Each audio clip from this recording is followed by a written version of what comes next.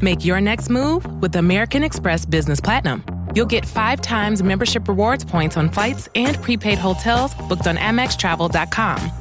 Plus, enjoy access to the American Express Global Lounge Collection. And with the welcome offer of 150,000 points, your business can soar to all new heights. Terms apply. Learn more at americanexpress.com/business-platinum. Amex Business Platinum. Built for business by American Express. Don't you love it when things are both easier and more affordable? Like when the rain washes your car for you. Or like when you save up to 10% by bundling your renters and auto insurance with USAA. Bundle with USAA and start saving. Get a quote today.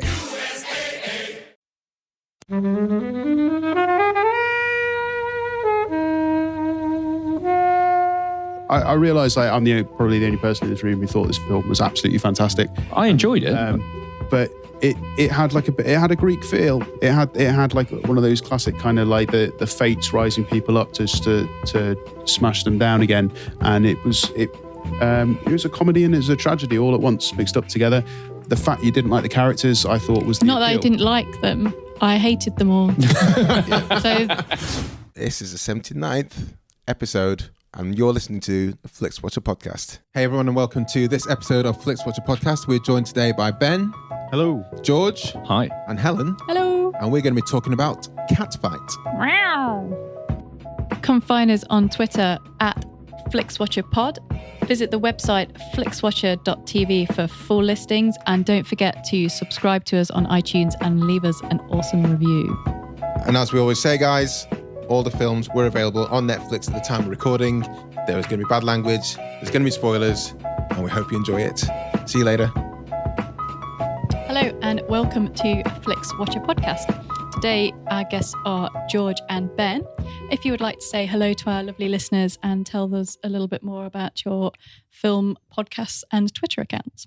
Hello, listeners. Thanks for having me on. I'm Ben. I hold the account of at Top Film Tip on Twitter. Every day I put out snappy little synopses and cool posters from the best films on British TV in the morning and the evening. And a lot of people, not just in the UK, like to check it out and get some good ideas for new films. So, for instance, today's film, Catfight, would have the tip: obnoxious former friends' fates are ripped to ruins by their brutally furious feud, exquisitely astute social satire. Catfight.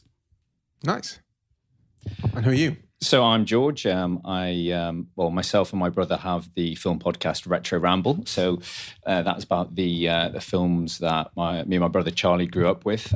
So they are mainly blockbusters, cult classics from the 80s and 90s. But we look at them in terms of why they beloved classics, or do they still hold up to today? Some of them are still franchises that are still going, but we mainly just sort of have a bit of fun and go through the films in a sort of light-hearted tone. Nice. And you tend to kind of bring back a film based on like a current film, because you did like Mission Impossible recently. Yes, yeah, that's right. So Mission Impossible 6 We've Fallout. been keeping it topical of late. So yeah, we did a Mission Impossible special, which was Mission Impossible 1 and 2.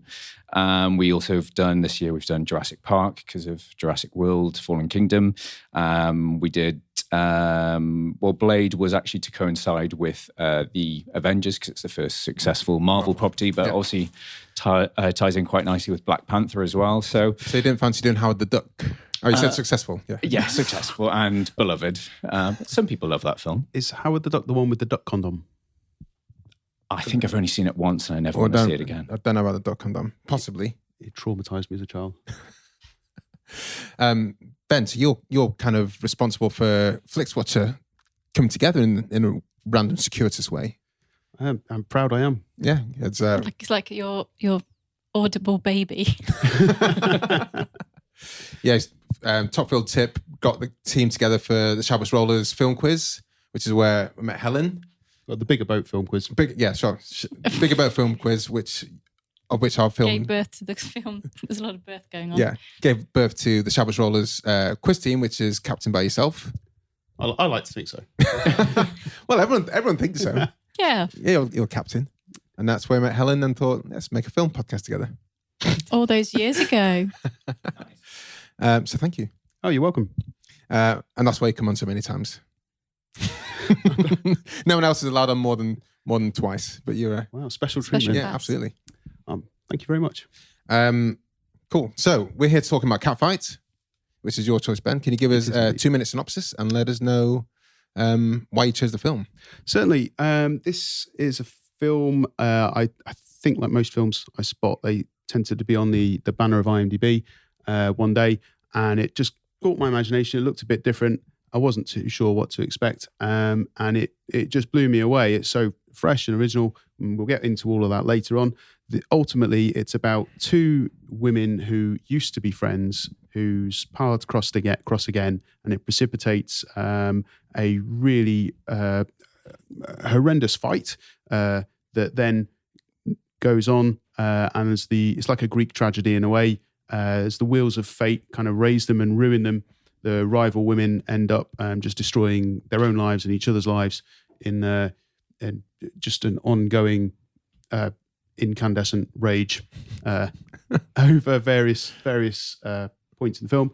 But they meet, they have a fight. One woman ends up comatose for a year, and when she wakes up, her life is in ruins, and she holds a grudge, obviously, against the first woman, the artist, Anne Heche. Yep. And as Anne Heche's fates come up on the rise, Sandra Oh feels some sense of anger towards her and tracks her down and beats the hell out of her. And then she ends up in a coma for a year. And when she wakes up, her fates have ruined her. Changed, yeah. And and then it all winds up in a lovely happy ending tied up with a bow, Or maybe. or maybe not. George, what are your thoughts on it? It's mental. It's I didn't know what to expect. I'd never heard of it when Ben suggested it. So, but I really enjoyed it. I mean, it is crazy, but it's a lot of fun.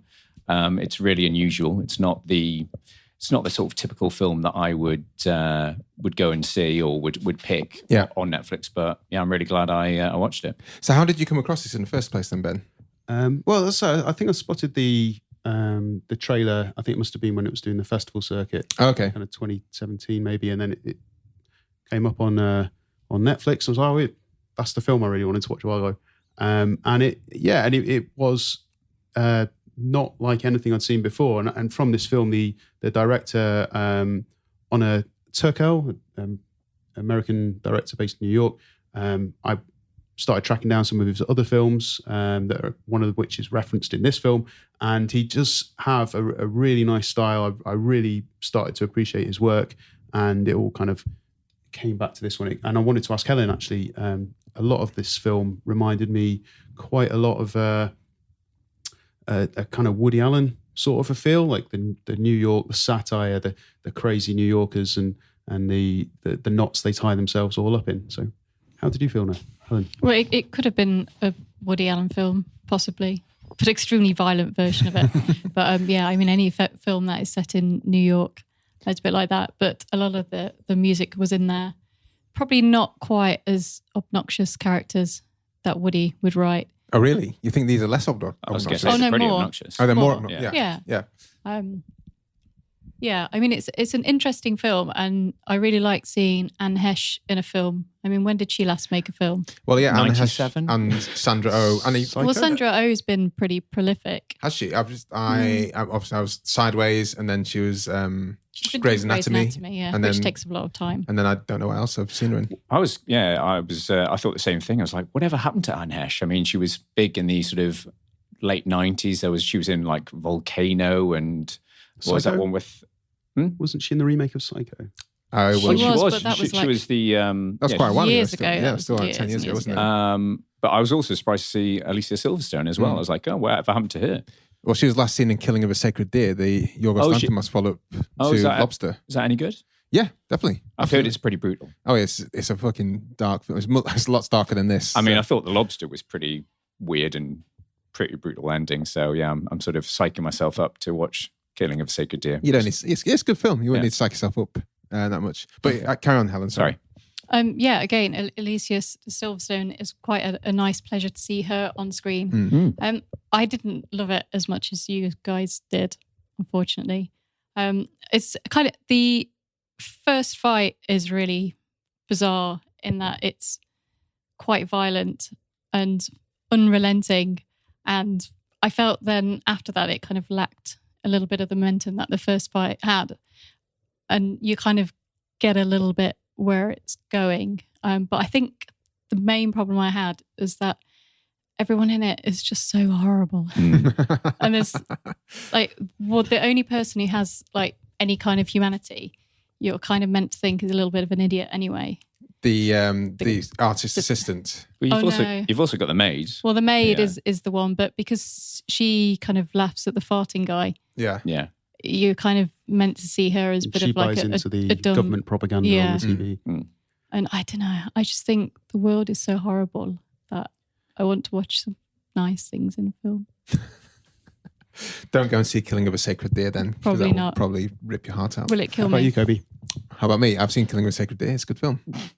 My thoughts on this, I really wanted to like it, and I didn't. And I think there's a few reasons. One, because I couldn't get behind either Sandra or Anne Heche's character. Just at the start, I really liked that first fight, actually. I thought it was a really cool kind of fight. I didn't like the way it started because I tend to think fights in films, or in general, being a bouncer, I've seen a lot of fights and most of them, 99% of them are stupid. And it was actually a realistic fight in terms of the blood that comes out and what would happen if you hit people in the right way. So I was actually this is actually an interesting fight. But then the subsequent fights were like, for me, like the Family Guy chasing the giant cockerel. Yeah, I had shades. Definitely the last fight. It's going back a bit, but reminded me of the sketch off the Fast Show. There's like the long big punch up or something where the guys are just repeatedly like they're getting more and more tired and they're like pummeling away. And it's just one long fight scene as a whole film. So yeah, I think the fights. Well, I'm assuming it's an intentional thing that they get more and more ridiculous as they go on. And one thing I didn't like as well is the way that they both go into a coma in a way. I was just like, I feel I'm going to be the one doing the defending today. Oh God, please do. I really wanted to like it, but I didn't love it. And I think with this kind of film, you have to like buy into it hook, line, and sinker. When you had the role reversal, when Sandra Oh was in the coma and there's that role reversal, you thought Anne Heche was the kind of sympathetic character you can get behind, but then she turns into the proper douchebag, and then you're like, well, what's going on? Who am I supposed to like root for in this film? You're supposed to root for nobody because they're both horrible, horrible people. But then it becomes hard to... No, you root for Titus off Kimmy Schmidt. Yeah, there's Titus and Kimmy Schmidt. You got the maid and you got the lady with the blue headphones who wrote the blue... Yeah, but none of these people you don't want to get behind any of them. They're not rounded characters, are they? The only person you get behind dies. Spoiler. Who's that? Her son. Oh, right. The artist's son. Right, well, yeah, I think I started out at the start, like Alicia Silverstone's character seemed like the caring, motherly type, like the yin to Anne Heche's yang. But then there's that baby shower scene where she's horrible. And I was just like, oh my God. And I don't know if that's what the directors at Turkle's going for, saying that, that everyone's nasty, but there does seem to be some redeeming characters. But yeah, I say they're not. Well, we've talked about the maid, the bunny girl. She's horrible as well. The bunny girl. Yeah. Well, no, that's what I was going to ask. Fantasy scene. Well, that's what I was going to ask. Is that a dream sequence? It is. She cuts out. Well, we're getting ahead of ourselves a little bit. Yeah. So I think I should go back and put on my Defenders gear and jump into this one. This film struck me as less about the plot in the sense of the things that are happening, and more about what that all means, what it's all about. And yes, you have these very kind of hyperbolic, larger than life, horrendously awful characters who are not likable. But there's plenty of films and plenty of stories about likable protagonists. It is different to have a film where you have two main characters, neither of whom you actually like. On top of that, you have the fact that they're both women. There's basically no male character of significance in this film whatsoever. You just have the two women and their kind of peripheral friends or wives. So there's no men involved in this very violent film about vengeance and hatred and holding a feud and a feud and holding a grudge. There's lots of interesting things there. I can't think of another film about two women whose mutual hatred for each other is so just brilliant and bright and drives them to such awful ends as this. I can think of lots and lots of films about feuds where it's like two families and the dads don't get along next door to each other, or two enemies in some big spy movie or whatever. But there's no films about women getting into a physically violent feud with each other. What it all comes around to in the end is it's an obsession between these two women. They're obsessed with each other. They hate each other, but really, do they just hate themselves? They're awful people, as you say. They have lost everything at one point in the film or another. They've done things they deeply regret in their own lives. They have each profited from war in their own way, and ultimately, they cannot bring themselves to sort themselves out. So they what's the psychological term? They project it onto each other, and they take their fury and vengeance they have for themselves out on each other. So they are horrible people, but I find that whole concept interesting. But could you not argue that Sandra Oh's character, is it Veronica, she is sort of, her character changes towards the end of the film, that she sort of accepts the hand that she's been dealt. She's sort of mellows out a bit, and fair enough, she's clinging on to that sort of last evidence of her last life, the one thing that she loved, which was her son, and on that videotape. But she doesn't seem as, she's accepted that she isn't that sort of socialite anymore. She doesn't have lots of money. She's just accepting. She's quite happy. I think she even says she's quite happy living in the woods now. Would you not say her character's changed slightly? Yes, right until the moment that Heche turns up and ruins everything. Yeah. They ruin it for each other. I think the quote there is some. Oh no, it's in the art gallery after the art, just before the hammer fight with the breeze blocks. Some people just need to get their ass kicked.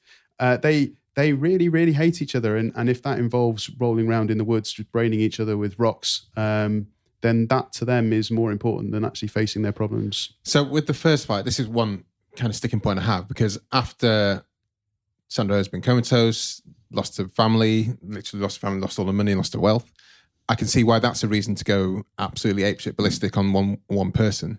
But the first fight, even though I think it is the best, the most realistic fight in the story, happens because they haven't met for a while. Sandra is drunk, and her husband's kind of like said, "Look, you need to go home. You need to." Like, you're embarrassing me. Yeah, you're embarrassing me, and that's a bit of a dick move from the husband. But the fight itself is completely accidental, because had she not gone through the door, they both would have left. Yeah. So and it starts off kind of slight, and then went into something which then rocket launch catalyzed the rest of the film. So it's still going back to that kind of first base film. We're like, why is this happening, and why? Well, that's the thing. It doesn't really. It leaves it quite ambiguous in terms of their feud. That she just says, "Oh, I dropped you as a friend when I found out you were gay." Yeah, but is the subject saying that she made a pass at her and she rejected her? Is there some sort of, why there's a lot of seething resentment from both sides that's been building away? And they didn't properly explain why. There seems like there's something else there as well. And I don't think the fact that the two female characters feuding is a way to, for me, it's not a defense of the story. And I know it's not two female characters, but two protagonists in the film, which you don't like, was Whiplash, where you didn't like the main two guys, but still the film was like compelling and drove you forward. I know they're not two women, but I'm sure if there's no reason why there couldn't have been two female characters in Whiplash, and the story for me would still be like two people fighting against each other. So I don't think you need to have. It just didn't have the kind of thing that got me interested, and I really, really did want to like it. So I apologize. I mean, with that first fight, it's really shocking. Even though it's a sort of a rarity for me to go into a film without seeing a trailer of it or any sort of promotional stills. I just knew it was, from that title, and I saw, the cover. That's all I knew about the film. But so I was quite shocked when the first fight happens, because it pretty much does sort of explode. The sound effects are really ramped up. And as you say, Kobi, it's really violent. There's a lot of blood, and the camera lingers on it. Like I think the Anne Heche, after she's beaten up Sandra, she walks off, and the camera lingers on like Sandra trying to pick herself up for quite a long time. And I imagine it can go either way, because it's not sort of, happy-go-lucky sort of comic. It's actually quite, even though it's quite slapstick, it's quite graphic at the same time. So it does seem a bit, I imagine why it would put off some people. It's not the actual violence that makes a film seem violent. It's the result of the violence. You watch a film like Home Alone. Oh God, he would have murdered people 10 times over. But because they get up afterwards, and they've got a funny red mark on their face where the iron burnt them. It's all fun and games. But if you actually do linger afterwards and show the blood pouring out, and that's why I say that's why I really like that. I did actually dig that first fight in a way. It felt like they were actually having a fight, which the subsequent fights get sillier. Didn't quite have that same impact or shock value. We had quite a few cameo people, which is always nice to have in the films. Titus Andromedon. That was a nice spot. Titus Burgess. Yeah. I can't remember off the top of my head, but there's a few like Anne Heche, Sandra's husband is in quite a few TV shows like Californication and things like that. And Dr. Taub from House. Yep. And the guy that's the late night show host, what's he called? Craig something. He's I forget his name now. He's in The Long Kiss Goodnight, but I don't know what else. But I think he's quite a famous American comedian. So it's for me, this kind of felt a bit like her first film, and that's why one of the questions I asked, I generally didn't know anything about the director. So I thought for me it's like an early film, like the first. What was the first Wes Anderson film before Rushmore? Bottle Rocket. Yeah. So I thought it had that kind of vibe about it where I could see kind of where they're going, and it's definitely like I'd love to see what they produce afterwards. Like his 7th or 8th film. He's made another one I really enjoyed called Applesauce, about an infidelity that kind of spirals out of control between two couples in New York. It's got the Ariel Cavussy's in that one as well, and there's various other people. It's actually on the back of the art magazine that Miaow steals when she's come down from our ivory tower, and she's got to clean hotel rooms because she's lost everything. And she sees Anne Heche's artist character on the front of this art magazine and steals it. But as she's looking through, the back page is an advert for applesauce. But is this his biggest film, would you say, in terms of the actors in it and the reception it got? I don't know how it all did at the box office. I know it premiered at Toronto Film Festival, so I guess it's it's got some big names on top.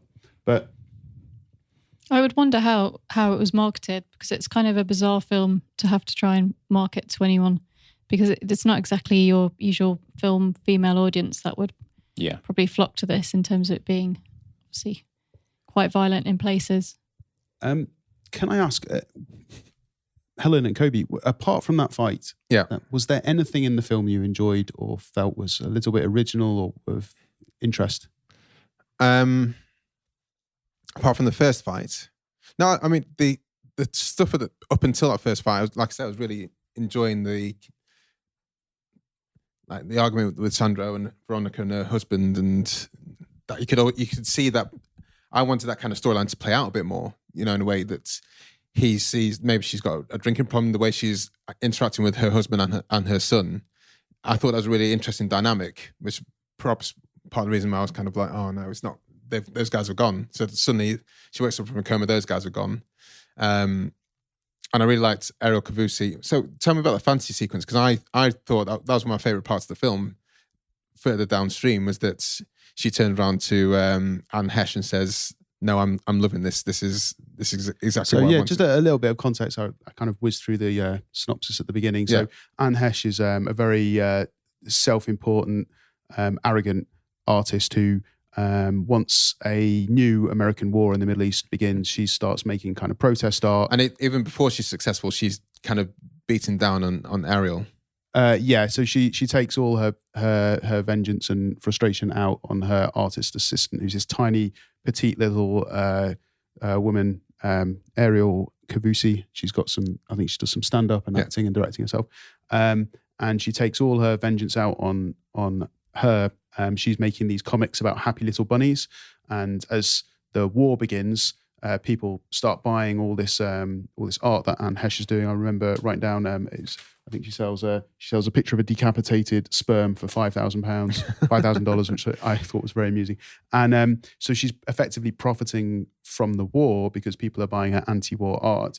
Then when she gets beaten up a second time by Sandra Oh, she ends up comatose, wakes up, she's lost her baby, her wife has moved on, and she's no longer the talk of the town, and she goes to stay with her previous art assistant, whose little bunny comics are now going to get made into a Hollywood film, either by David Lynch or Ron Howard. Very odd choice of directors. Very diverse. I can just imagine the Ron Howard version being. I want to see them both versions. Yeah. But there's a scene where she thanks Ariel Cavusi and says, I was so awful to you. I've been terrible. I realised I was such a bitch. Thanks for looking after me. And she's like, oh, I'm not doing this to look after you. I'm doing this because I really just enjoy watching you suffer. But then the scene cuts away in such a way that it suggests that it was a sort of a daydream. A daydream. She sort of suddenly starts up on the sofa, doesn't she? I sort of question that. I put it in my notes thinking, has she just woken up? Is that supposed to be a dream sequence? But it's I suppose it's ambiguous. But again, that relationship with the art assistant, where Anne Heche is just venting her fury and jealousy, and there's this whole thing, you can't use blue, blue's a terrible color, and then eventually she starts using blue herself, and then comes up with another reason why it's a good color to use. To me shows how she's so cut up and self-hating inside, but she can't bring herself to solve herself, to fix herself, and she has to let it out on other people. And when she crossed paths with Sandra Oh, who's similarly minded, who's just a very sort of vacuous, shallow person who's dropped out of college to be a trophy wife, and when her life falls to bits, she can't deal with it either, and she just focuses all her rage on the person she thinks is responsible. She can't take responsibility for herself. So one thing you just reminded me about when you talk about Ariel and that fantasy was that the second fight, Anne Heche's character, they've just found out they're pregnant. Her and Alicia Silverstone's character are pregnant, and that was a really hard pill to swallow for me. Why on earth would you get? Sandra Oh came in, trashed her gallery opening, her opening night of a gallery, really successful, selling all these paintings. Sandra Oh comes in, smashes one painting and runs off. She grabs the painting that is of her. There's a painting of her beaten up. If you were a normal person, you would go, well, we got off lightly. Yeah, let her sod off. Let's lock her out and let her run out into the night because I'm pregnant and I need to protect myself. Exactly. Not end up in a coma for 2 years and lose the baby. So the fact that she but she was willingly participant in this fight when she was pregnant, and they'd been trying for a long time, as is kind of laid out in the film. Just for me, just lost a lot of kind of empathy for her. You didn't click on that one. She didn't want the baby. So that's even less of a reason to like her. Exactly. So there's nothing. So none of these characters have any kind of journey where there's any kind of redemption, and there's also no real reason why they go through anything they go through either, other than the fact that they seem propelled to go through various stages where they just fight each other. Which brings it back to WWE stroke Family Guy punching a chicken for 5 minutes. Well, the other thing I thought that was a bit towards the end, it was a bit of, I don't know if it's like lazy writing, but the whole sort of the link that Anne Heche managed to find Sandra Oh was because it was the bus ticket that had been left in her memory box. I just thought, why would that end up? Had been dropped during the fight in the gallery, and how did that? And then even from a bus ticket, she can find out Sandra Oh's exact location. The bus ticket was in a box of memories. But why did it end up in that box of memories? It got dropped in the fight in the yard. But they automatically assumed it's Anne Heche's. And so they must have just put it in with her. Yeah, I just thought it was a bit of a jump. It was. I realised I'm probably the only person in this room who thought this film was absolutely fantastic. I enjoyed it, but it had a Greek feel. It had like one of those classic kind of like the fates rising people up just to smash them down again, and it it was a comedy and it was a tragedy all at once, mixed up together.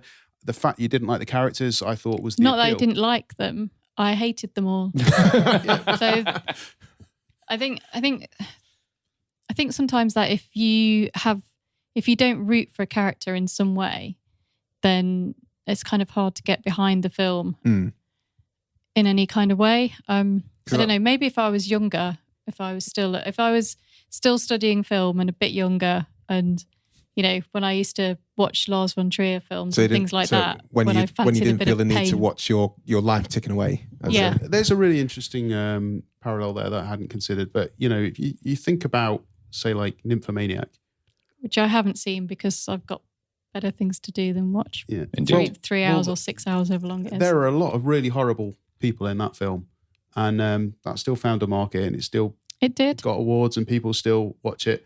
I think the first one's excellent, the second one's terrible, but there are a lot of films out there about awful people. Oh, there are, but again, there has to be something compelling about it. I mean, inside Llewyn Davis. Yeah. He's not the most likable person at all, but he's still like. Venus got a cat in it. The cat's been a cat in there. Was there cat? It's called Catfight. But he understands that he's a dick. Yeah. And not everyone in the film is a dick in that film. True. And there's singing in it.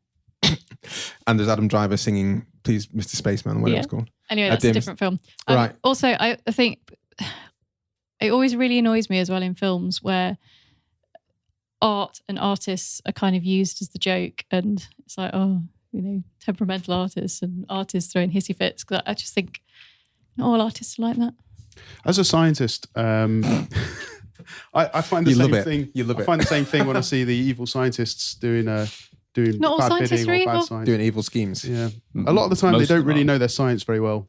Even in Mission Impossible 6, I got very frustrated with the nuclear physics. The no nuclear spoilers. Physics. We can spoil Catfight, but you can't spoil other films. Yeah, that's fair enough. I think, guys, let's head to the scores.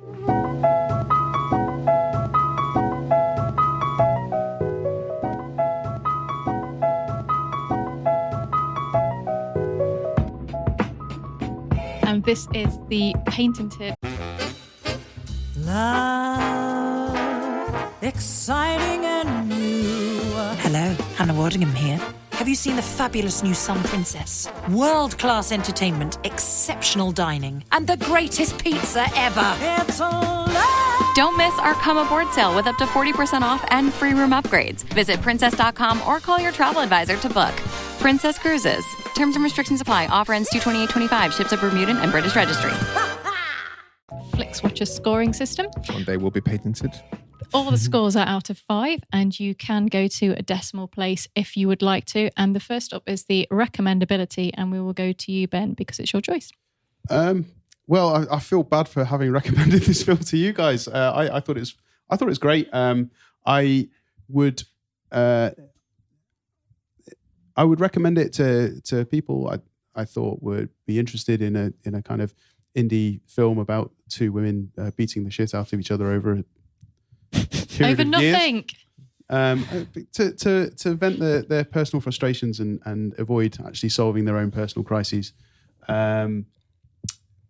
Okay, I think I'm just put a number on that. I think I'm going to have to go with a qualified 3. A qualified 3. Okay. I thought that'd be much higher. I thought it'd be much higher because we find sometimes people play defensively when they can sense the crowd. I thought, yeah, that's what I normally do. Yeah, to protect their film. So 3, George. By the way, you can have as many decimal places as you want. I've just gone for a fully rounded 2. I think it's very bizarre. It's definitely not for everybody, but I think there might be, as Ben says, I think it's quite funny, and I think to somebody that's after something a little bit different, a little bit outrageous, then some film lovers might like it. So 2 from me. 2. Helen. Well, these are really going to blow the scores out. So I was going to give it a 3. So was I. All right. Wow. So I mean, I didn't hate it. I mean, I hated all the characters, but I didn't. It's not by far the worst film that we've had, and it is kind of interesting. And up until sort of they get to the second fight, I was kind of with it, but after the second fight, I lost a little bit of its kind of the novelty of it wears off a little bit. But I think the hammers. I don't know. It was just a bit predictable. You could kind of see where it was going a little bit. Happen, and she's going to go into the coma, and then it's going to come back, and it's like. And I did like. I thought the whole war thing was kind of interesting, but we didn't really get into that as much as that would have made it maybe a little bit more. I don't know. I just thought there was a lot going on, but none of it was particularly explored particularly well. But there will be people who quite enjoy it. So yeah, 3. Well, it's interesting. Did you notice the outcome of the Middle Eastern war, that they brought peace to the Middle East, and they also brought them Netflix, apparently? Is it one of the lines? It's like they now have Netflix in the Middle East. So I thought that was an interesting point. So I too, for some reasons yourself, Helen, I was coming in here with a 3 in my back pocket, and that's what I'm going to produce now. I'm very surprised that you say it's fantastic, and you've given it a 3, Ben. So I've got to ask, what would you class as a 3.1 film to 5? What do you like more than this? Wow. Again, this isn't how much I enjoyed the film. This is how much I'd recommend it to people. Okay. So for my own personal enjoyment, I recommend this film to myself a 5. I will happily come back and watch it again. And indeed, last night I've got a friend visiting, and I chucked it on, and we just watched that first fight scene, and he thought it was fantastic. So I felt quite happy recommending it to my friend while we were drinking rum and Kraken with tonka beans. Now I'm spicing my own rum these days. Oh, no, interesting. Nice. I'm not even a hipster. But yes, to other people, I feel I've learned. I'm getting feedback. I'm learning from others that perhaps my tastes don't always translate to others. Helen and Kobi.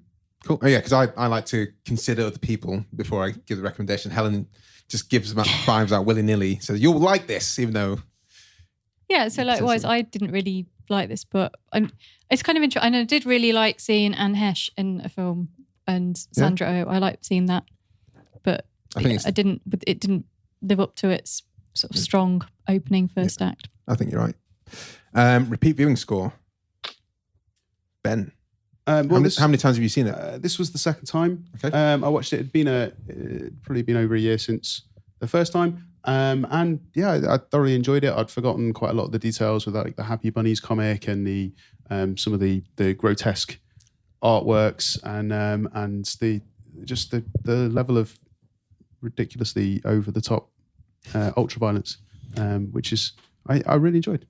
So repeat viewing for me, I think I'd go with a 4. It'd be something I'd like to come back to in the future and watch periodically, but it's not going to be something I watch every year, for instance. George. Well, it's a short film and it's comedy, so I've said I've given it 3.5 out of 5. Is it that short?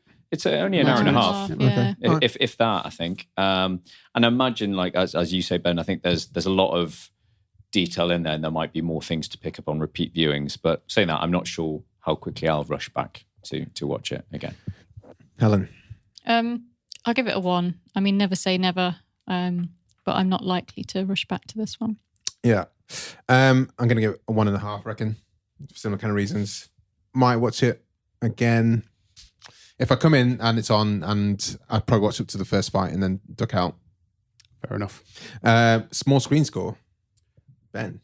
I was interested. I was listening to some of your podcasts recently just to get back into the swing of things, and I noticed that there was one comment someone made about how the small screen score they took into effect the fact that it costs a fortune to go to the cinema in London, and is it worth paying? It's basically like 20 quid. Yeah. Is this film worth £20? So on the basis that like it was absolutely fine on my TV. Thoroughly enjoyed it. I didn't lose anything.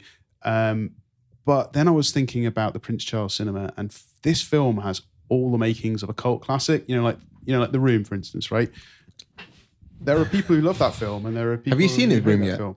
I haven't seen it, but from what I understand, it's really divisive. And some people, it's kind of a so bad it's good thing, and some people, it's like it's just so I bad wouldn't it's spend bad. money on it. But what I was thinking is watching this film, and I could really see this being like an event night at somewhere like the Prince Charles. So I would like to. I don't think being on the big screen would make a great deal of difference, but I think seeing it with an audience of like-minded people who also enjoyed the film I think would really bring kind of a verve and vigor to the experience. So I'd go with a sort of a 3.5. All right. George? I watched it on my little iPad, my iPad mini, without any complaints. Is that the same iPad you made your diligent notes on? It is indeed. Okay. They're very same. Thank you. So yeah, I mean it's a comedy, and so it doesn't really require a big screen. But saying that, I think Ben has a good point. I think you probably could get more out of it sat around with your mates with a few drinks. If they all liked it. Well, I think drinking would generally help with that, but with the absurdness of it. But yeah, so I've 4 for me. 4. Helen? I'm also going to go for a 4. In what case do you think it's... I would feel very cheated if I'd spent a London amount of money on this. And I mean, I'm not sure whether I want to see women punching each other in their faces in a quite graphic, violent way on the big screen. I don't. Yeah, I don't. Be all right for that. It's a niche for everything. Yeah, I don't feel the need to distinguish whether it's man or woman fighting. But I think it's good. I do think the first one's a good fight. I really do. It is a good fight, but I don't want to see it any bigger than my TV. I'm all right, thanks. I'm going to go for 5 here. If I had seen this in the cinema, I would have been pissed off. So you've got an unlimited card. I know. I've seen some detritus in the cinema. But it does make it free, at least. Well, not free, but I don't have to pay extra to go see the films. It feels free. Yeah, it feels free. Engagement score, Ben. No, I'm going to give it a 5 for this one. I know I'm in the past I've been quite willy-nilly with my 5s, but this one I think it does personally deserve that. I didn't get bored. I didn't really feel the need to look at my phone. It's the second time I'd seen the film, and I was wholly engaged with the reprehensible, abhorrent, awful characters that inhabit this horrendously vicious world that the director had created. New York. George. I've gone for 3.5. I think the 3-act structure means you could watch it in bursts, or you could pick it up halfway through. And again, the short runtime keeps you engaged as well, doesn't it? Sort of having you sort of checking my phone, like, it'll be over soon. I can check my phone then. So 3.5. Helen? Yeah, 3.5. I'm going to go a little bit lower. I'm going to go a 3. I did, after the kind of second coma, I was kind of waiting for it to wrap itself up a little bit. And I didn't get that the Sally character was potentially, that was a fantasy bit. So obviously wasn't paying that much attention. Maybe you should go back and watch it again. I'm all right. The Sally character? Yeah. Ariel Kabusi, the art assistant. She was called Sally. I'm going to go for 1.3. God, that's a low one from you. Yeah, 1.3 because, it just took a nosedive. I think, it was the second fight that really just lost me, and I think the pregnancy thing just got me angry. So you just reminded me of that, and I was just kind of thinking, this is dumb. And then the instigator behind the third fight was even dumber, I thought. That's really interesting. I really enjoyed the parallels that were being drawn there, and I just got the image of people kind of just rising and falling on the wheels of fate and just ruining themselves and each other. And I can't think of many films that are about people just destroying themselves by destroying somebody else. Whiplash. Overall, guys, despite the kind of tone in the room, we've got 3.1, which is... it's kind of like the recommendability score, really, isn't it? I'm surprised. But I think this is how our scoring works with things like the small screen score. Boost it up a bit. These things can boost it up. But I think it's a passable film. If someone said, I've seen a trailer for Catfight, it seems all right, what do you reckon? I'll say, if you like the trailer, go ahead, son. But I wouldn't pick it out of my pocket, as people often ask me now, what's a Netflix? Which kind of results in me kind of going, I don't know. But it wouldn't be Catfight that comes to the tip of my tongue. And that. Ben, George, can you tell us where you come from online and how we can find you? And we'll link to you in the show notes. Thanks very much, guys. My name is Ben, and you can follow my Twitter account on Twitter at... Apologies. You can follow me on Twitter at TopFilmTip. Yeah, thank you for having me. I can be found I myself am on Twitter at George McGee. And Retro Ramble is at Retro Ramble blog. And we're also on Facebook and on all podcast download systems as well. Podcast download systems. All right. Cheers for coming Thanks in, guys. for coming on. Thanks for having us. Cheers. Thank you. Bye. Bye. Bye.